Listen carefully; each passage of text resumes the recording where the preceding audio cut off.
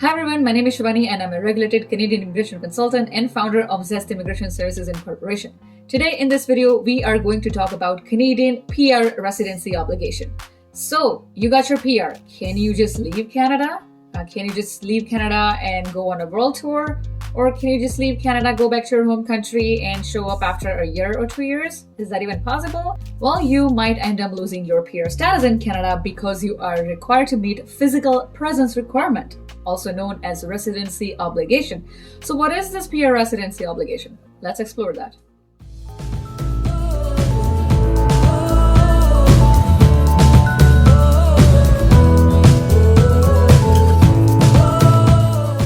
So, in order to maintain the permanent resident status in Canada, a person must meet the residency obligation. The residency obligation refers to a person's physical presence inside of Canada for a set amount of time. Canada's residency obligation for permanent residents requires a person to be physically present inside of Canada for at least 730 days within a 5-year period. There are certain exemptions to this, and if you meet one of these exemptions, then your time outside of Canada may also count towards meeting your physical presence requirement in Canada. What are these exemptions? Let's find out. So if the person who is outside Canada accompanying a Canadian citizen who is their spouse or common law partner, or the person is a child accompanying their parent, then in that case, they would be considered under this exemption. Option number 2 is if the person is outside of Canada employed on a full-time basis by a Canadian business or in the public service of Canada or of a Canadian province. Then in that case as well, the person would meet this exemption requirement.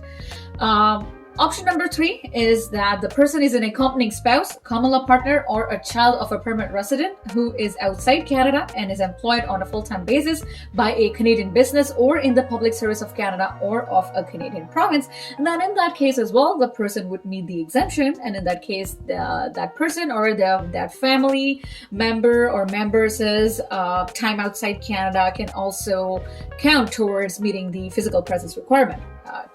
Towards the residency obligation or to keep their permanent resident status in Canada. All right, moving on. So usually whether a permanent resident has met their residency obligation is assessed when they are applying for a permanent resident card renewal or permanent resident travel document known as PRTD, or for Canadian citizenship. Please note that if a person has a Canadian permanent residence for more than 5 years, the residency obligation will be calculated based on the 5 years prior to the date of an application or to the date an application was received by the visa office. If a person has been a Canadian permanent resident for less than 5 years, then they may be eligible to apply for a permanent resident card renewal or a PRTD, provided they can demonstrate that they will be able to meet the 730-day, that means the 2-year physical presence requirement within the 5-year period. Next is determination of status. A permanent resident of Canada can only lose their status through a formal determination of status.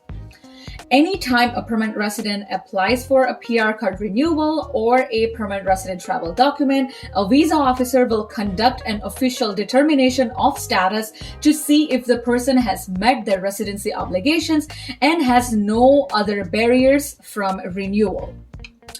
Until this formal determination has been completed, a person will technically remain a permanent resident of Canada.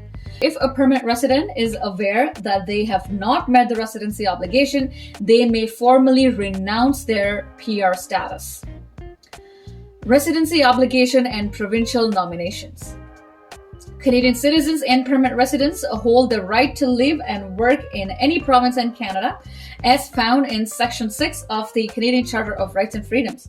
These rights begin when Canadian permanent residence is activated.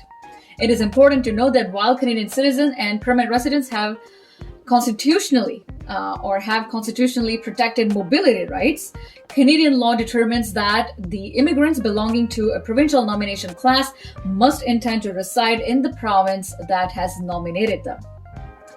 Same happens with the RNIP and AIP as well, because RNIP is community-driven program, and if you get the nomination from one of the participating communities, in that case you must intend to reside or must intend to live in that community. And same with the AIP, you must intend to reside or live in the province that nominates you.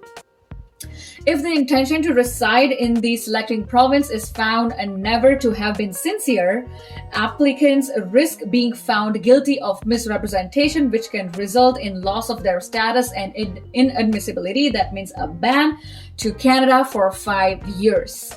Misrepresentation is a criminal offense in Canada and can have devastating effects on your immigration application and status in Canada.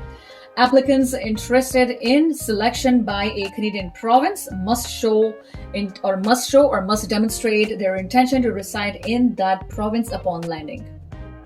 So I really hope you enjoyed this video. If you did, then please do not forget to like, share, and subscribe. Also hit the bell icon so that way you get notified every single time I post a new video.